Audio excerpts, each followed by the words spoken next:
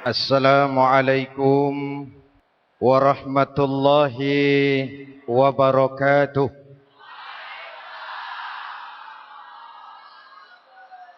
Alhamdulillah wassalatu wassalamu ala sayyidina Rasulillah sayyidina wa maulana Muhammad ibn Abdullah wa ala alihi wa sahbihi wa man tabi'ahu wa wala. La haula wa la quwwata illa billah. Subhanaka la ilma lana illa ma 'allamtana innaka antal alimul hakim. Wala haula wala quwwata illa billahil aliyyil azim. Saudara-saudara hadirin yang berbahagia, salah satu nikmat yang diberikan Allah kepada kita di dalam kehidupan ini ialah bahwa Allah Subhanahu wa taala telah menciptakan segala sesuatu serba berpasang-pasangan. Dalam surah Yasin ayat 36 dijelaskan, Subhanallazi khalaqal azwaja kullaha mimma tumbitul ard wa min anfusihim wa mimma la ya'lamun. Maha suci Allah yang telah menciptakan segala sesuatu itu serba berpasang-pasangan. Dari apa yang tumbuh di permukaan bumi, apa yang ada di dalam diri mereka sendiri, dan apa-apa yang mereka tidak mengetahuinya. Demikianlah kita lihat siang berhadapan dengan malam, benar berhadapan dengan salah, dan laki-laki berhadapan dengan perempuan. Setelah Allah menciptakan segala sesuatu itu serba berpasang-pasangan, maka Allah menetapkan aturan permainan yang mengatur seluruh kehidupan makhluk yang serba berpasang-pasangan itu. Kita tentu maklum, apapun saja yang kita lakukan dan kita perbuat tanpa ada aturan akan berakhir dengan kekacauan. Cobalah kita bikin satu sekolah, buka satu sekolah, tidak usah pakai aturan, tentu kacau. Bikin organisasi tanpa memakai aturan, tentu kacau. Demikian daripada kehidupan ini. Kalau tanpa ada aturan, tentu kekacauan yang akan timbul. Allah pencipta manusia. Allah tahu benar kemampuan maksimal manusia. Oleh sebab itu, aturan permainan yang diturunkan Allah tentu sesuai benar untuk manusia. Satu contoh kecil. Pabrik mobil di Jerman bikin mobil namanya Mercy. Seiring dengan itu dia keluarkan buku petunjuknya. Mobil ini namanya Mercy. Kecepatan maksimal sekian ratus kilometer per jam. Daya angkut maksimal sekian ratus kilogram. Kalau rusak memperbaikinya begini, onderdilnya pun ini. Karena pabriknya yang membuat mobil, lalu pabriknya pula yang mengeluarkan buku petunjuk, sudah tentu buku petunjuk itu sesuai benar dengan mobilnya. Dan tidak bisa kita punya mobil Mercy rusak, lalu kita perbaiki dengan menggunakan buku petunjuk yang dikeluarkan oleh pabrik mobil Toyota misalnya. Jelas mobil bukan tambah baik, malah makin hancur tidak karu-karuan. Kalau manusia menginginkan satu hidup yang baik, tidak ada pilihan lain. Dia harus memakai aturan yang diturunkan oleh yang bikin manusia. Dan aturan itu telah turun dalam bentuk agama Islam yang kita cintai ini. Manusia laki-laki dihiasi dengan perasaan senang cinta kepada perempuan. Itu biasa, normal, wajar. Tapi lalu Allah menurunkan aturan permainan. Yang kalau peraturan ini dilanggar akan membawa kerugian bagi manusia sendiri. Bahwa laki-laki senang sama perempuan itu normal. Agama membuat aturan silahkan senang. Tetapi lewat satu pintu yang disebut nikah. Kalau peraturan ini diabaikan, yang rugi tentu manusia sendiri. Misalnya PLN keluarkan pengumuman, Nanti malam mulai jam 6 sampai subuh listrik se-Jakarta mati total.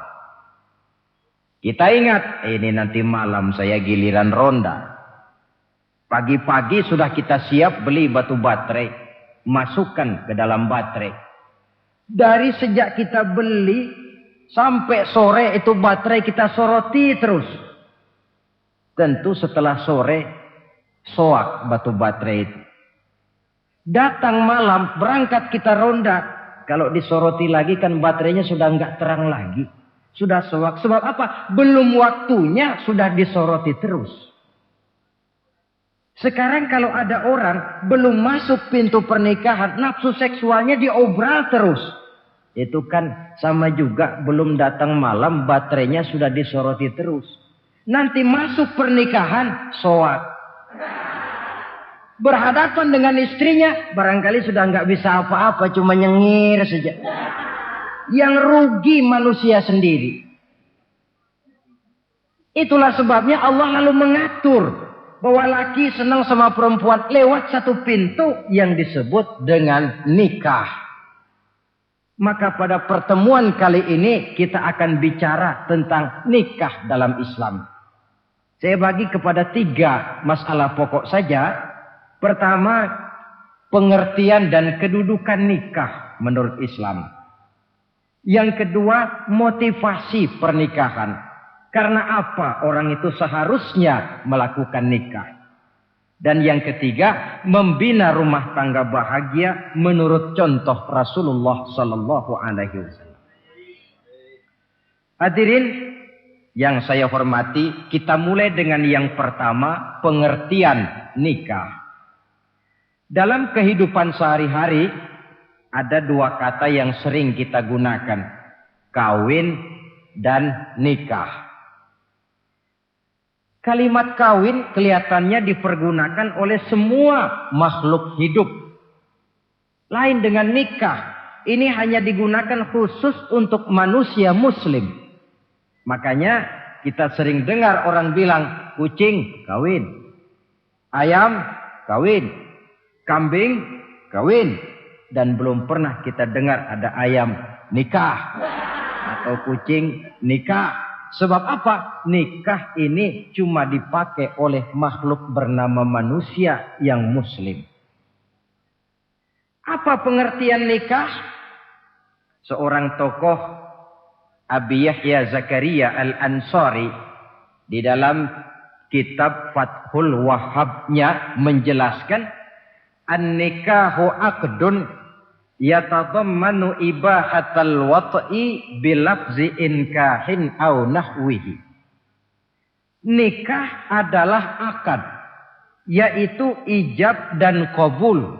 Yang akad ini menjamin dibolehkannya pergaulan bebas antara laki-laki dan perempuan.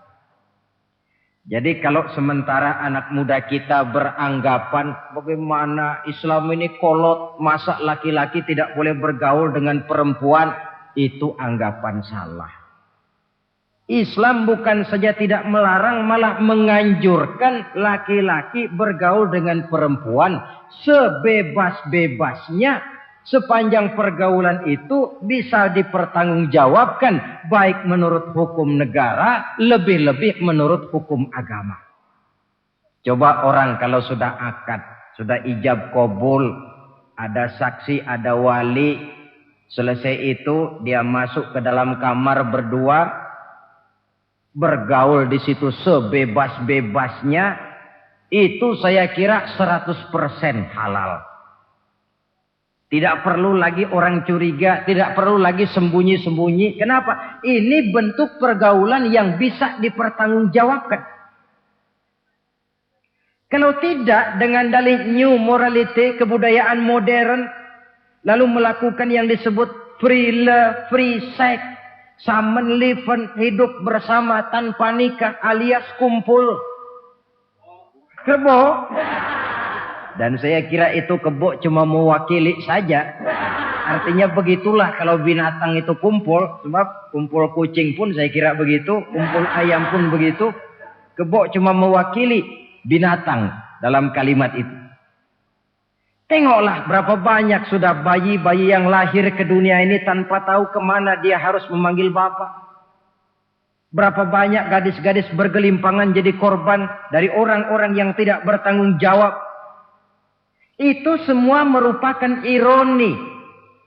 Maka menjauhkan manusia dari aturan agama pada hakikatnya sama dengan usaha membinatangkan manusia.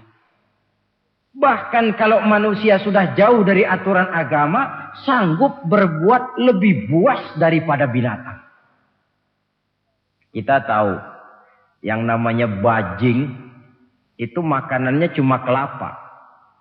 Tapi bajingan itu bukan cuma kelapa, kabel telepon doyan kok bajingan itu. Jauh lebih buas daripada yang namanya binatang. Maka agama ini mengatur agar manusia sebagai makhluk yang mulia hidup secara mulia. Jangan manusia kita ini, binatang saja. Kalau saudara ada yang punya kucing di rumah,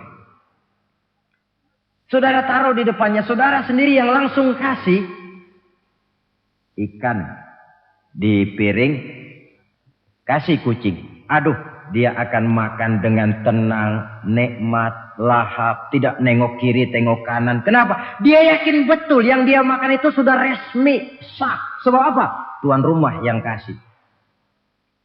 Tapi kalau si kucing ngambil sendiri di dapur, mencuri dia, setelah dapat dia bawa lari, makan pun tidak tenang. Kenapa? Mesti nengok kiri, nengok kanan. Rupanya instingnya pun bekerja. Ini bukan hak saya.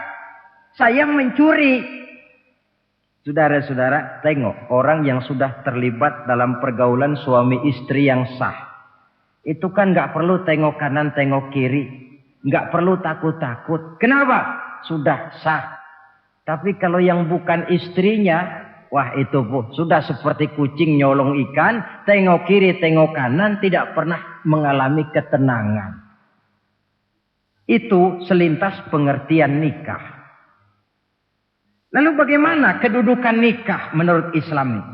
Ternyata nikah dalam pandangan Islam tidak cuma sekedar untuk memenuhi kebutuhan biologis manusia.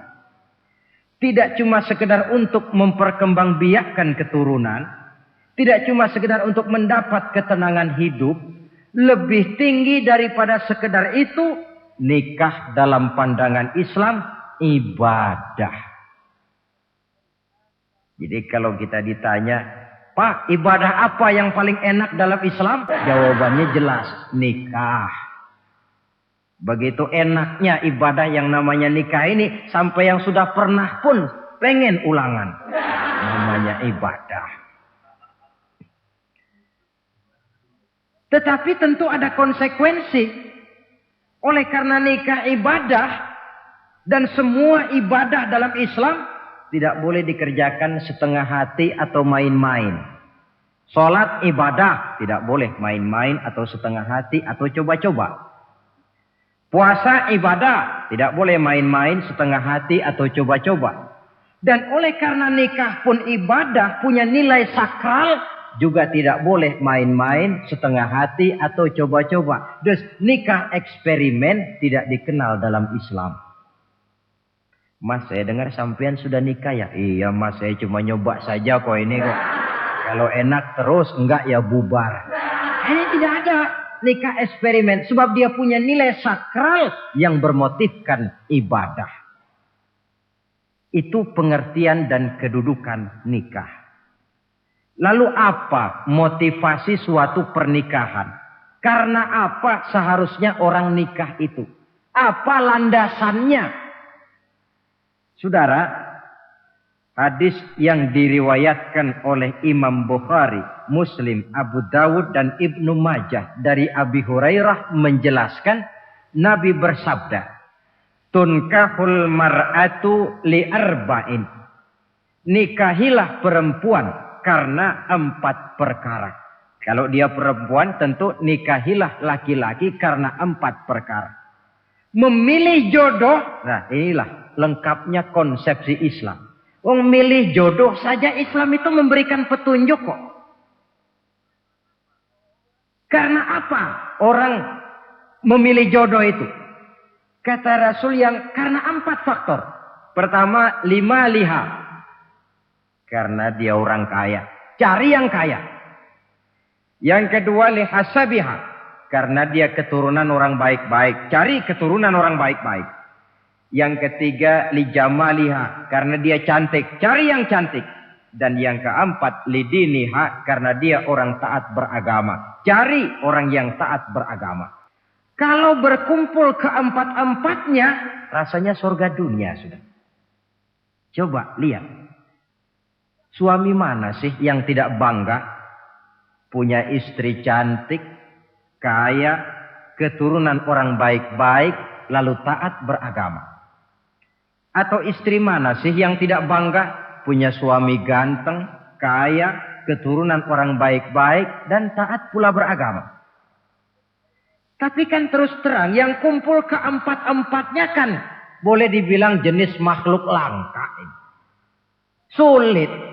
Kadang-kadang cantik, kaya, akhlaknya kayak setan. Ada saja kurangnya. Oleh karena ada saja kurangnya, lalu Nabi memberikan stressing, penekanan. Fazfar bizatiddin taribat iyadak. Pilih orang yang taat melaksanakan agama, niscaya hidupmu akan berkah. Jadi motivasi suatu pernikahan hendaknya agama. Apa rahasianya? Mari kita lihat. Kalau orang memilih pasangan karena rupa yang cantik semata-mata, silakan, tapi jangan jadi motivasi utama. Kalau rupa yang cantik jadi alasan utama, saya yakin rumah tangga tidak akan tahan lama. Sebab apa? Pertama, yang namanya cantik itu relatif. Artinya bergantung siapa yang memandang. Yang menurut saudara cantik, menurut saya belum tentu cantik. Yang kata saya cantik, menurut saudara barangkali itu yang jelek. Relatif. Saya kalau ditanya orang, Ustadz, siapa perempuan paling cantik di dunia ini? Tentu saja saya jawab istri saya. Apa saudara lalu protes? Salah Ustadz, yang cantik istri saya bukan istri Ustadz. Saya bilang masa bodoh saya nggak ngurusi istri sampean. Cantik itu relatif. Sehingga di kalangan para ahli cinta, ahli cinta, sampai sekarang masih jadi perdebatan. Sebenarnya cantik yang bikin orang jatuh cinta, apa cinta yang membuat orang jadi kelihatan cantik? Dua-duanya bisa terjadi. Mungkin karena cantik orang jatuh cinta, dan bisa juga karena sudah kadung cinta orang kelihatannya jadi cantik. Tapi yang jelas cantik relatif. Yang relatif tidak bisa dijadikan sandaran utama. Yang kedua, yang namanya cantik itu temporer. Artinya berubah oleh pergeseran masa dan pertukaran waktu. Sekarang dia cantik, of course. Sedang sweet 17-an. Sedang honeymoon, sedang bulan madu, sedang pengantin baru. Tentu saja cantik. Punya dia anak 1, kecantikan mulai menurun. Punya dia anak 2, kulit mulai keriput. Punya dia anak 3, apalagi tak pandai bersolek. Sudahlah onderdil mulai pada copot. Kalau rumah tangga didasarkan kepada rupa yang cantik saja, selesailah rumah tangga sampai di situ. Yang ketiga, di atas langit, rupanya masih ada langit lagi. Di atas yang kita anggap cantik, rupanya masih ada yang lebih cantik.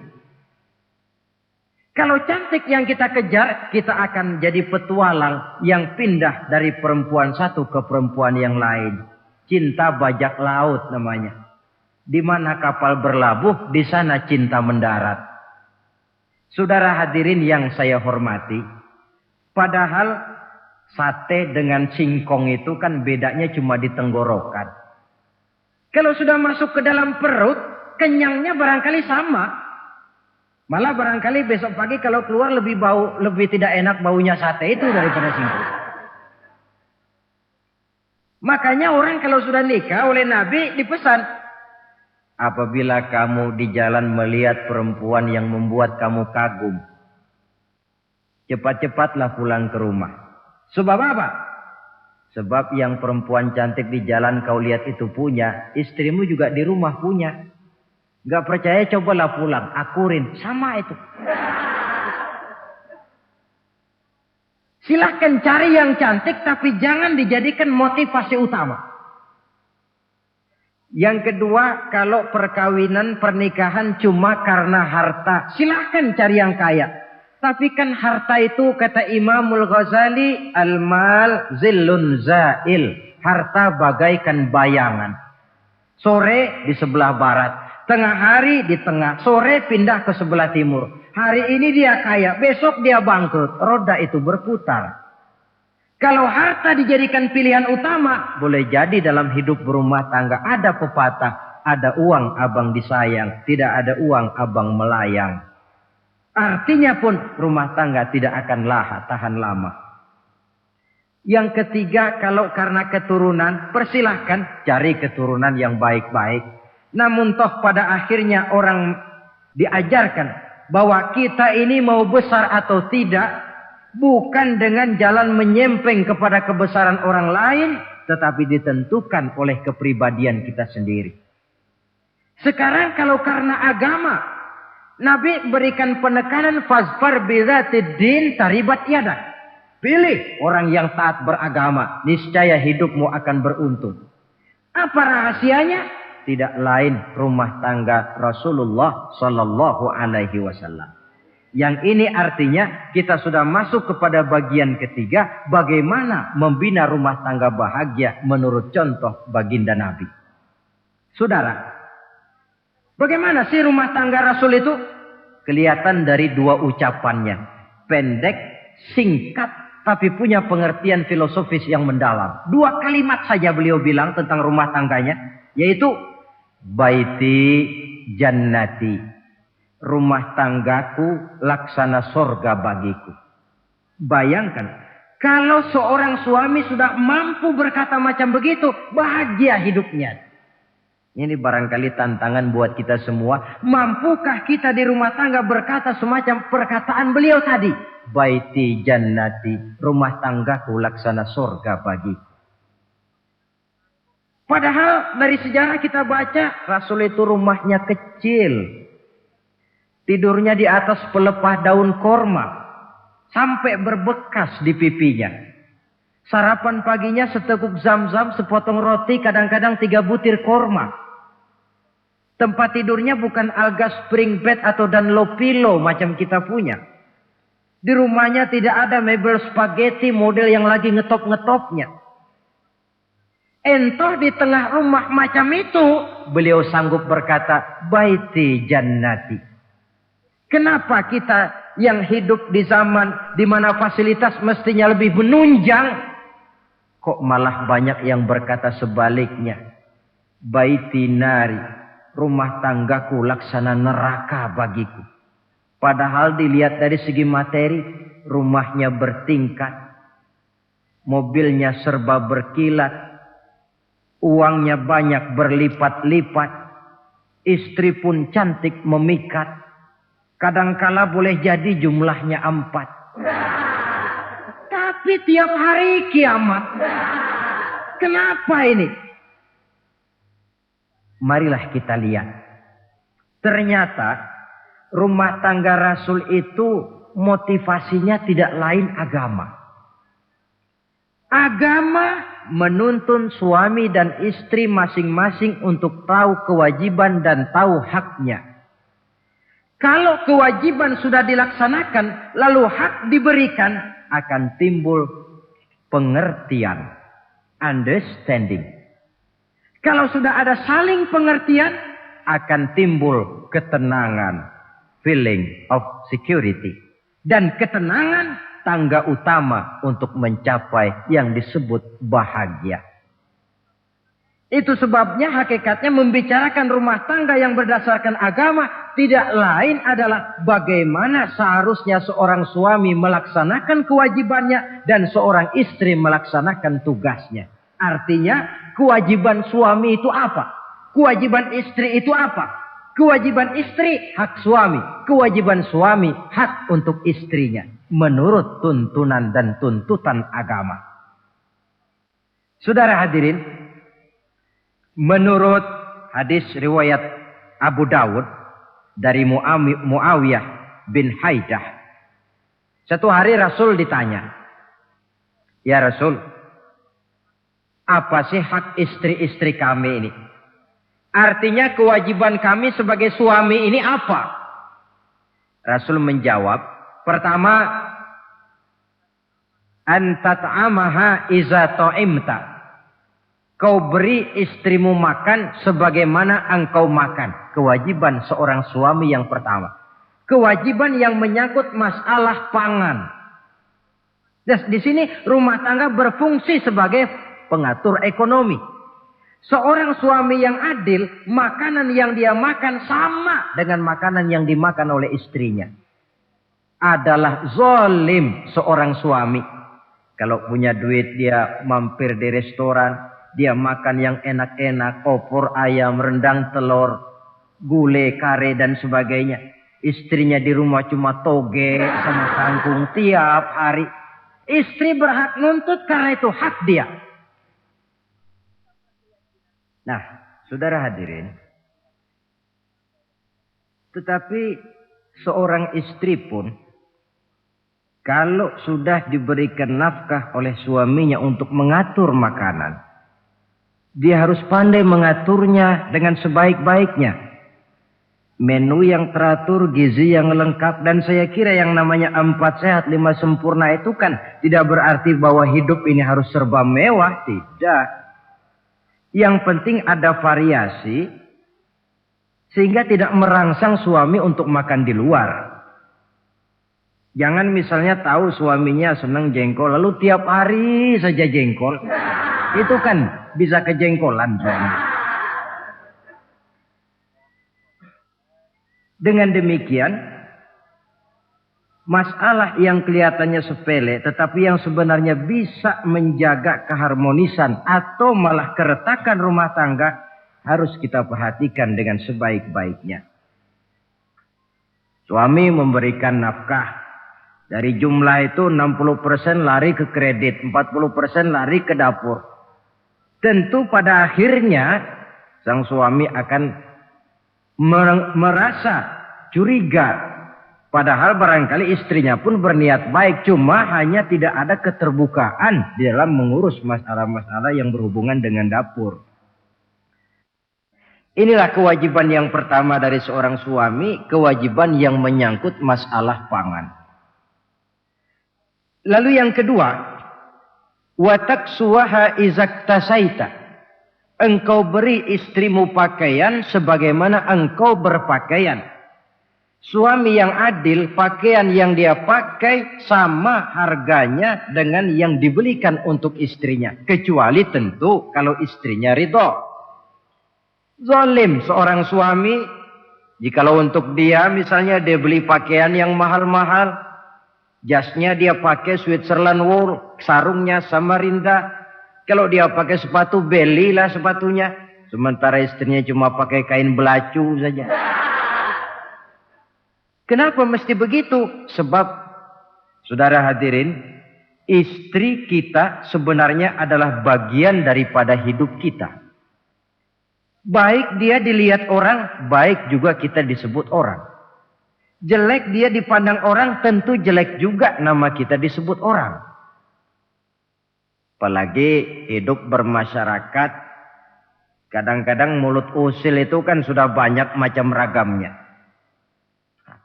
Itu siapa sih perempuan yang jalan? Kenapa? Itu pakaian yang tidak dipakai sih tidak mahal. Cuma pakaiannya serasi, pantas, enak dilihat. Oh, terang saja dia kan istrinya si Miun. Nah, Miun yang sedang tidur barangkali tidak tahu apa-apa. Mendapat sebutan baik. Cobalah kalau istri kita semaunya saja orang akan bilang, ah itu perempuan kenapa? Saya gerah ngelihatnya. Mau ke pasar cuma pakai kutang saja. Tentu suami pun akan mendapat sebutan yang tidak baik. Cuma sang istri kalau sudah dibelikan pakaian oleh suami, termasuk alat-alat kecantikan di dalamnya, pakaian itu tentu dipakai niat pertama adalah untuk menyenangkan hati suami. Seorang istri yang memakai bedak untuk menyenangkan suami misalnya, tiap polesan bedak ada pahalanya. Dia pakai lipstik untuk menyenangkan hati suaminya, tiap goresan lipstik ada pahalanya, bernilai ibadah. Ini kewajiban yang kedua. Yang ketiga, wala tadribil wajha. Kalau marah, jangan memukul muka. Maksudnya apa ini? Kewajiban memberikan perlindungan. Sehingga si istri merasa ada tempat dia mengadu. Ada tempat dia melarikan persoalan. Ada tempat dia bergantung. Kalau marah jangan memukul muka. Dan memukul itu pun upaya terakhir. Kalau tidak bisa dengan kata yang lemah lembut, agak sedikit keras katanya. Kalau dengan kata yang keras tidak juga bisa pisah tempat tidur. Kalau memang tidak bisa juga dengan pukulan yang tujuannya bukan untuk menyakiti, tetapi untuk mendidik.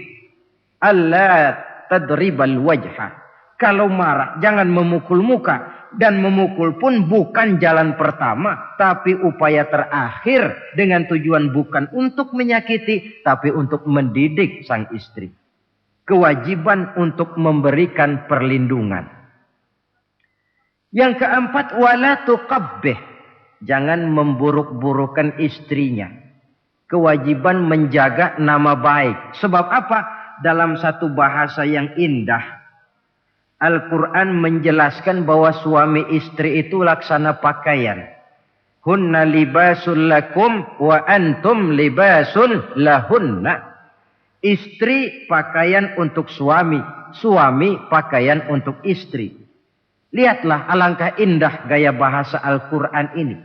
Diibaratkannya suami istri seperti pakaian. Apa fungsi pakaian? Pertama, pakaian itu kan jadi kebanggaan. Saya bangga memakai baju seperti ini. Saudara bangga memakai baju yang saudara pakai. Artinya seorang suami harus berusaha menjadi suami kebanggaan istri. Dan seorang istri pun harus berusaha menjadi istri yang dibanggakan oleh suaminya. Jangan yang malah kemudian disesali. Itu kan kalau sudah marah orang kadang-kadang ucapannya nggak terkontrol. Istri marah sama suami, bang, nyesel gue punya laki kayak sudah hilang lagi kebanggaan. Kalau kebanggaan hilang, wibawa pun hilang. Kalau wibawa sudah hilang, maka rumah tangga sudah sulit untuk dipertahankan. Yang kedua, yang namanya pakaian itu kan menutup aurat. Itu tujuan pakaian yang terpenting. Artinya di sini, kalau seorang istri mempunyai kekurangan, suamilah yang menutupi. Kalau seorang suami mempunyai kekurangan, istri juga harus berusaha menutupi. Jangan kekurangan suami diceritakan di pasar umum. Atau kekurangan istri dibuka di mana-mana. Itu namanya suami istri tidak berfungsi sebagai pakaian, malah justru saling membuka aurat masing-masing. Iyalah kadang-kadang penyakit ini. Kadang-kadang yang namanya perempuan dari rumah itu berangkat ngaji katanya. Sampai di pengajian apa? Suaminya diakur-akurin. Bayu bagaimana suami? Wah suami saya payah. Dipayahkannya suaminya di mana-mana. Atau aib dan kekurangan istri diceritakan di mana-mana. Orang bertanya gimana mas istrinya? Oh gak maju. Loh kenapa istrimu kan cantik? Iya soal cantik sih iya. Tapi tidurnya kok ngiler ini. Nah, ini kan gak perlu yang macam begini ini. Tidak bisa menjaga apa yang disebut security informasi. Fungsi pakaian sebagai suami istri tidak berjalan di dalamnya. Saling menjaga kehormatan diri. Ini yang keempat. Yang kelima, wala tahjur illa fil bait. Jangan berpisah dari istri kecuali di rumah. Maksudnya begini. Kalau satu hari seorang istri suami marah kepada istrinya, tidak usah istri itu disuruh pulang ke rumah orang tuanya, ke rumah mertua lalu diusir. Tidak. Cukup pisah tempat tidur saja. Ini maknanya wala tahjur illa fil baiti. Umpamanya, dek malam ini saya sedang tidak enak pikiran. Kau tidur di kamar belakang lah, saya kamar depan. Cukup pisah tempat tidur saja. Tidak perlu istri dipulangkan ke rumah orang tuanya. Nanti umpamanya tengah malam turun hujan, udara dingin, pikiran berubah, berasa perlu. Kan tinggal manggil. Tidak jauh secara psikologis ajaran semacam ini bisa kita terima. Saudara hadirin yang saya hormati, ini pada prinsipnya kewajiban seorang suami. Kewajiban yang menyangkut masalah pangan, sandang, perlindungan, memelihara kehormatan, dan menjaga ketenangan di rumah tangga dengan menyelesaikan persoalan di rumah tangga itu secara intern. Jangan belum apa-apa sudah mertua diundang. Orang tua dibon. Persoalan belum tentu selesai, tapi masalah sudah meluas. Cobalah kita selesaikan intern dulu. Kalau kemudian ternyata dianggap perlu mengundang orang tua, mertua, keluarga, baru kita upayakan ke arah itu. Ini kewajiban suami dan ini merupakan hak istri. Lalu bagaimana kewajiban istri sekarang ini? Istri kewajibannya merupakan hak untuk suami.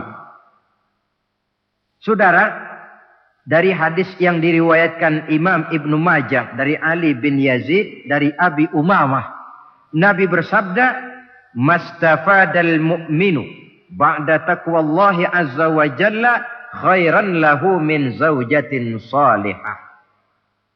Bagi seorang mukmin, sesudah dia mempunyai sifat takwa kepada Allah, tidak ada yang lebih membawa manfaat selain daripada istri yang solehah. Istri solehah itu yang bagaimana? Yang hidup mampu melaksanakan kewajibannya. Apa kewajibannya? Kata Nabi, pertama, in amaroha ata'athu. Kalau diperintah, dia taat. Kewajiban istri yang pertama, taat kepada suaminya.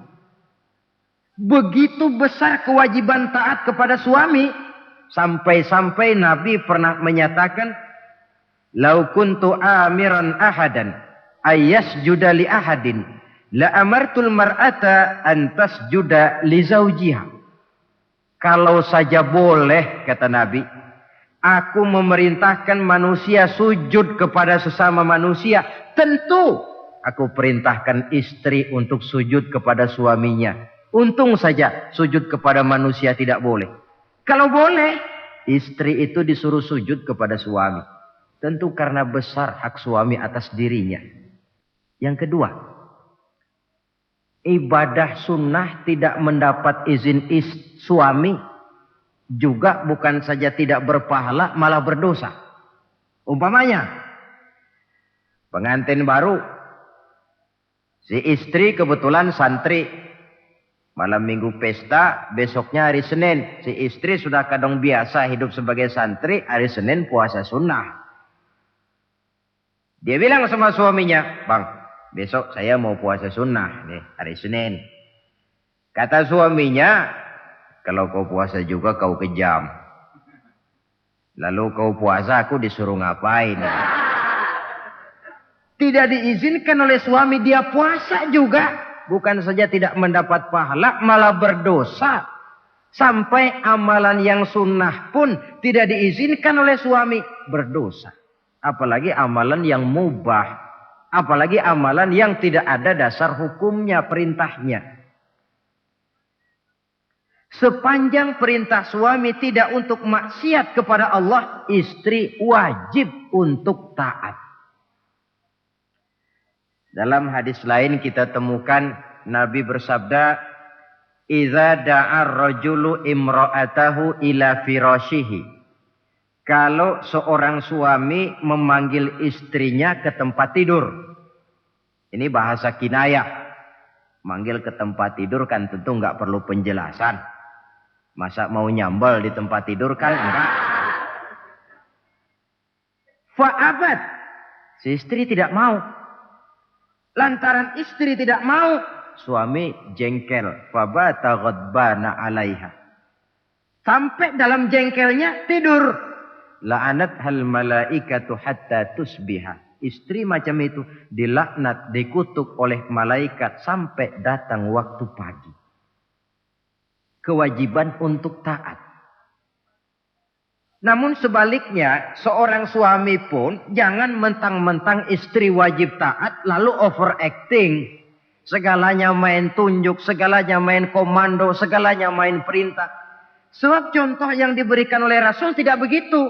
Rasul kita baca dalam sejarah menjahit bajunya sendiri, memperbaiki kasutnya sendiri. Artinya yang bisa ya dikerjakan tanpa harus menggantungkan semuanya kepada sang istri. Kewajiban untuk taat. Nah, penutup tentang taat ini ada sebuah hadis pula di mana baginda Nabi bersabda, ayyumam ra'atin matat wa zawjuha anha radin dakhalatil jannah. Kalau seorang perempuan meninggal dunia, suaminya ridho kepadanya, maka perempuan itu akan masuk surga. Artinya, kalau seorang istri meninggal, ya dia tukang ngaji, ya tukang sholat, ya suka puasa, ya gemar sedekah, tapi meninggal suaminya tidak ridho, pintu surga belum dibukakan sampai suaminya ridho kepadanya. Ini menggambarkan tentang besarnya kewajiban taat seorang istri kepada suaminya. Ini kewajiban pertama. Lalu kewajiban yang kedua kata Nabi, wa in nazara ilaiha syarrathu. Kalau dipandang oleh suaminya, dia pandai menggembirakan, menyenangkan hati suaminya. Menjadi istri yang pandai menyenangkan hati suami. Siapa contohnya? Kita lihat misalnya istri Nabi diantaranya Sayyidatuna Khadijah radhiyallahu anha. Ketika Nabi pertama kali menerima wahyu berhadapan dengan malaikat Jibril, beliau kembali ke rumah dengan tubuh gemetar. Setibanya di rumah beliau berkata, "Zammiluni ya Khadijah." Khadijah, selimuti saya. Kenapa bang? Barusan datang malaikat Jibril, dia katakan begini-begini, saya khawatir Khadijah. Khadijah tahu suaminya sedang gelisah. Sebagai istri yang bijak beliau tampil, apa katanya? Kalla ma yukhzikallahu abada. Tidak apa-apa bang, jangan khawatir. Allah tidak akan menyusahkan abang buat selamanya. Ini istri yang pandai menyenangkan hati suami. Suami pulang dagang dari pasar, rugi. Istri tampil. Itulah bang, romantikanya dagang. Masa selamanya saja untung sekali-sekali lah, rugi. Si suami kan tidak terlalu pusing kepalanya. Jangan sudah di pasar rugi, sampai rumah istri pidato, peletar-peletor macam petasan. Dasar suami goblok, dagang saja rugi.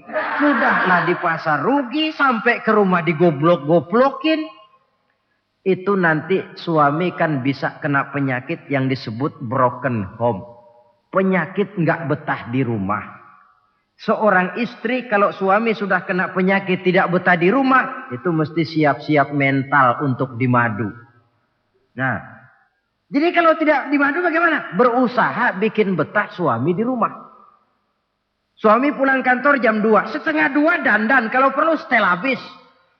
Kalau perlu, kelihatan suami akan datang, bukakan pintu, sambut dengan senyum. Apalagi kalau senyumnya Pepsodent. Saya kira suami bagaimanapun lelahnya, peras keringat, banting tulang, pulang mencari nafkah. Kalau kembali di rumah disambut dengan senyum, hilang capeknya. Tapi bayangkan, sudahlah di kantor capek, peras keringat, banting tulang. Sampai pula di rumah yang nyambut cuka sama kukusan. Udah asem, monyong. Suami mana yang kerasan tinggal di rumah? Menjadi istri yang pandai menggembirakan, menyenangkan hati suaminya. Bahkan diizinkan bohong untuk menyenangkan hati suami. Umpamanya, suami kebetulan habis obyeknya gol. Karena ingin menyenangkan istri, mampir di pasar beli kain batik. Si suami tidak tahu bagaimana kain batik yang bagus, beli saja sembarangan. Sudah kainnya kasar, warnanya norak, harganya yang mestinya murah jadi mahal. Dibawa pakaian itu pulang. Istri lihat dan tahu kalau ini batik jelek, norak, kasar, harganya pun murah. Tapi dia ingin menyenangkan hati suaminya. Suaminya tanya, bagaimana dek kain batik ini? Waduh bang, bagus betul kain ini. Pinter bener abang milih warna ini. Emang yang kayak begini nih bang. Coba lihat tetangga kita mana ada yang pakai kain kayak begini. Ya memang gak ada, jelek. Suami senang tentu. Lalu kain itu oleh istrinya. Ngaji dipakai, keundangan dipakai. Tidur dipakai, masak dipakai, nyuci pun dipakai. Suami makin bangga. Wah, kain yang saya beliin dipakai terus ini. Lain pula istrinya, dalam hati dia berpikir, biarin deh gue pakai terus biar cepat hancur, nggak ada urusan. Coba kalau waktu itu si istri jujur, dasar laki goblok, beli kain kayak begini, sono pulangin. Nah, mungkin suami yang sudah payah-payah mau menyenangkan hati istrinya malah berbalik pikirannya. Saudara hadirin, ini kelihatannya penting untuk menjaga suasana keharmonisan di dalam kehidupan berumah tangga. Begitu pula pengertian seorang suami. Rasul pernah pulang dari masjid agak larut malam. Rupanya banyak orang bertanya. Ketuk pintu, Assalamualaikum. Sampai 3 kali tidak dibukakan pintu. Rupanya Aisyah lelap benar tidurnya. Rasul sadar beliau pulang kemalaman. Dan tahu istrinya capek bekerja di waktu siang. Ashraful Anbiya wal Mursalin ini menghormati istrinya. Salam 3 kali tak dibukakan pintu, bukan marah, malah gelar sorban di depan pintu. Di situ beliau tidur. Tengah malam Aisyah mau sholat, buka pintu, terkejut lihat suaminya tidur di depan pintu. Dibangunkan, begitu dibangunkan Rasul lebih dahulu berkata, Aisyah, maafkan saya. Saya pulang terlambat memang sebab banyak yang bertanya di masjid. Sudahlah tidur di depan pintu, begitu dibukakan, beliau dulu yang minta maaf. Sulit jadi suami semacam ini. Yang enak kalau sudah nggak dibukain pintu, istri kepulesan, lalu sekali buka pintu kan yang enak kita tunjuk jidatnya, lo tidur kayak kebo ya. Saudara hadirin, menjadi istri yang pandai menyenangkan hati suaminya. Sebab tidak ada seorang suami bisa sukses. Baik di medan tugas, di masyarakat, di kantor, di toko, di tempat manapun. Kalau tidak ditunjang oleh peran serta dari para istrinya. Karena itulah perempuan walaupun peranannya tidak begitu kelihatan. Sebenarnya sangat menentukan. Seorang suami yang jujur, polos, lugu, sederhana. Sanggup menjadi koruptor ulung. Karena didorong-dorong oleh istrinya. Merangsang ketamakan suami. Istri dibakar oleh tetangganya. Bang, kenapa? Kau kan di kantor kepala bagian. Lalu, tangga kita pegawai kecil saja bang. Tapi coba lihat istrinya kalau pakai gelang kayak pelek beca bang gelangnya. Kau kepala bagian gak bisa beliin saya macam gitu. Kepala bagian goblok. Lalu bagaimana bu, gaji saya kan sudah jelas segitu. Iya, kamu kan kepala bagian. Apaan kayak di kantor sabet. Kalau sudah main sabut-sabutan begini, sudah merangsang suami untuk berbuat yang tidak baik. Kecil, tidak begitu kelihatan, tapi sangat menentukan. Istri yang soleh, yang bisa melaksanakan kewajibannya, yaitu pandai menyenangkan hati suaminya. Ini kewajiban istri yang kedua. Yang ketiga, wa in aqsama alaihi abarrathu. Kalau suami memberikan sesuatu, dia pandai berbakti. Menjadi istri yang pandai bersyukur kepada suami. Kita ingat ketika pulang Mi'raj kan Rasul bercerita. Saya dalam perjalanan itu diperlihatkan neraka, kata Rasul. Saya lihat kok isinya kok lebih banyak perempuan daripada laki-laki. Nah, sahabat heran. Ya Rasul, lebih banyak perempuan? Iya. Apa mereka tidak sholat? Sholat. Apa mereka tidak pernah hadir di majelis taklim? Oh, rajinan dia sama suaminya.